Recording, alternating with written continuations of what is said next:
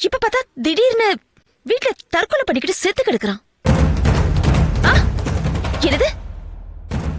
அந்த அபயம் ஆசிரமத்தை சேர்ந்த 6 பொண்ணுங்களையும் காணோமா?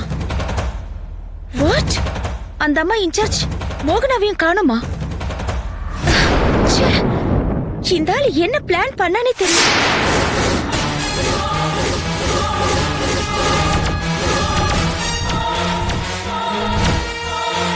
என்னம்மா கண்ணு, சௌக்கியமா? யாருக்கு போன் போட்டு பேசுற? நீ போலீஸ் இல்லைன்னு எனக்கு தெரியும். இந்த ஃபார்முலா கான்செப்ட் சக்சஸ் ஆன பின்னாடி என்கிட்டேருந்து அதை புடுங்கிறதுக்கு ஒரு கும்பலே இருக்குன்னு எனக்கு நல்லாவே தெரியும். அதுல இருக்கிற ஆள் தானே நீ, கரெக்டா? என் ஃப்ரெண்டு மூலமா எனக்கு நீ அறிமுகமாகி என் கூட நல்லா பேசி பழகி என்னை முட்டாளாக்கி உன்னை பக்கத்திலேயே வச்சுக்கிற மாதிரி செஞ்சிட்டல. எனக்கு முதல் தடவையா அன்னைக்கு நீ என்னை முறைச்சி பார்க்கும்போதே எனக்கு டவுட் வந்துச்சு. அதனால தான் 2 மாசமா உனக்கு தெரியாம தலைமறைவா இருந்து என்னோட வேலைகளை பார்த்துட்டு இருந்தேன். உனக்கு ஒரு விஷயம் தெரியுமா?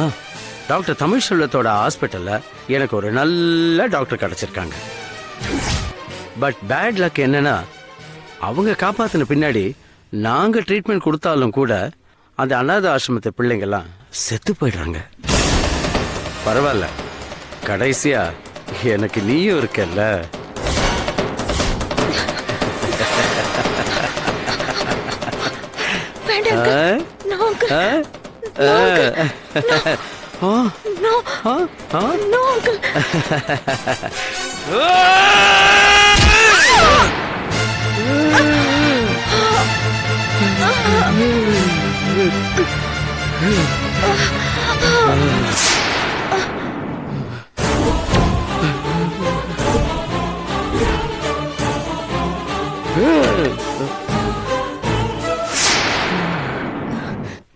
சார்,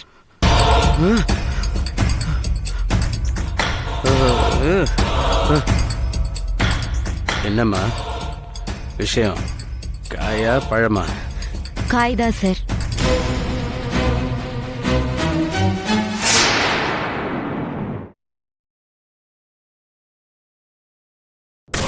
என்ன சுவாதி அப்படியே சாக்காய் நின்னுட்ட? நான் செத்துடுன்னு சொன்னதும் சகலமும் ஒடுங்கி போச்சுல்ல.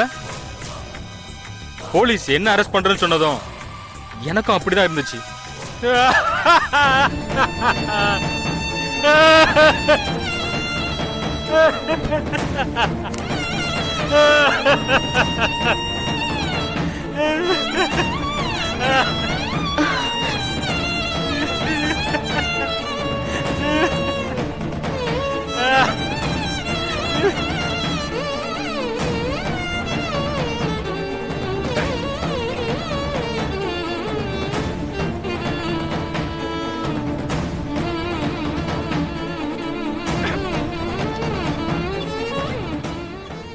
சுவாதி, உனக்கு ஞாபகம் இருக்கா?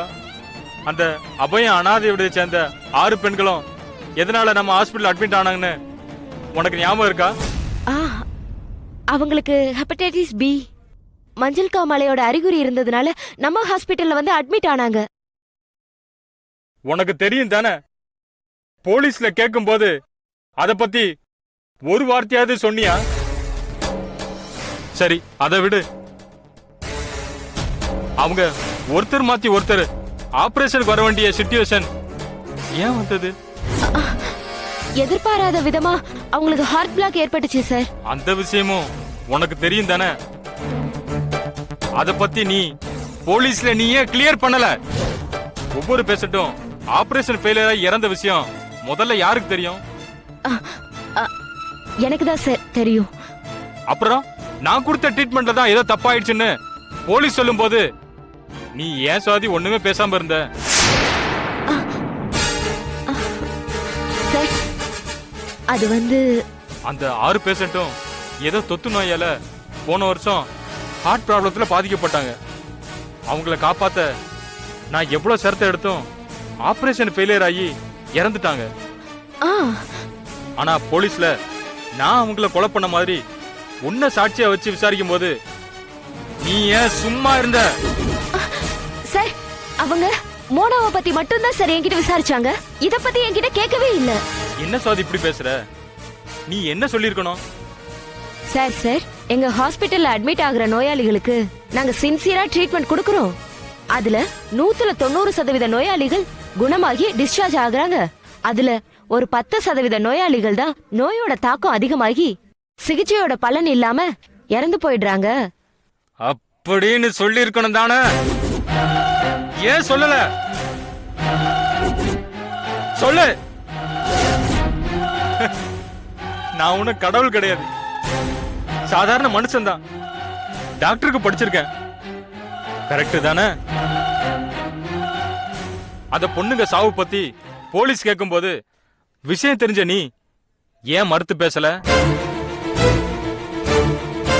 அப்படின்னா உனக்கு நான் போலீஸ்ல மாட்டணுங்கிற ஐடியா இருந்திருக்கு, கரெக்டா? ஏன் உனக்கு அப்படி ஒரு ஐடியா வந்தது? அவசரமா வெளிநாட்டுல போய் செட்டில் ஆக வேண்டிய அவசியம் உனக்கு ஏன் திடீர்னு வந்தது? என்ன சார், ஏதோ கேட்டு எங்கெங்கேயும் வர்றீங்க? என்ன போய் ஒரு குற்றவாளி மாதிரி கேள்வி கேட்டுட்டு இருக்கீங்க? ஆமா, நீ குற்றவாளி தான், அதனாலதான் அப்படி கேக்குறேன். என்ன சொல்றீங்க சார்?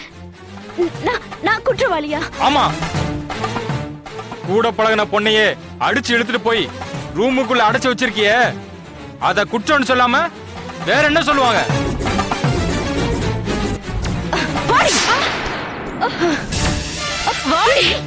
ஏன்கிட்டே வா.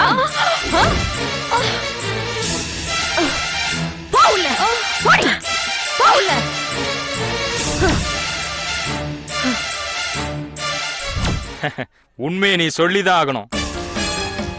உன்கிட்ட என்னமோ தப்பு இருக்கு, உண்மைய சொல்லு. சொல்லு, சொல்லுங்கிறல்ல.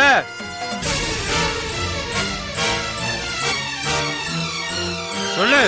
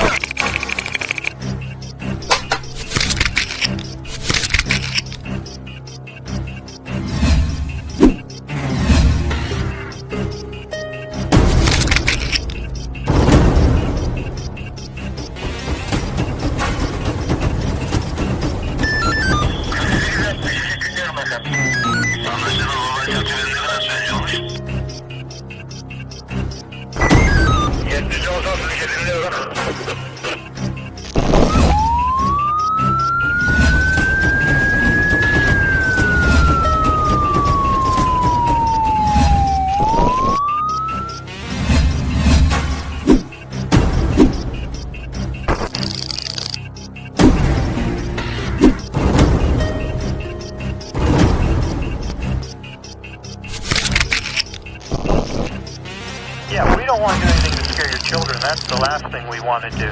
We don't want to scare anybody.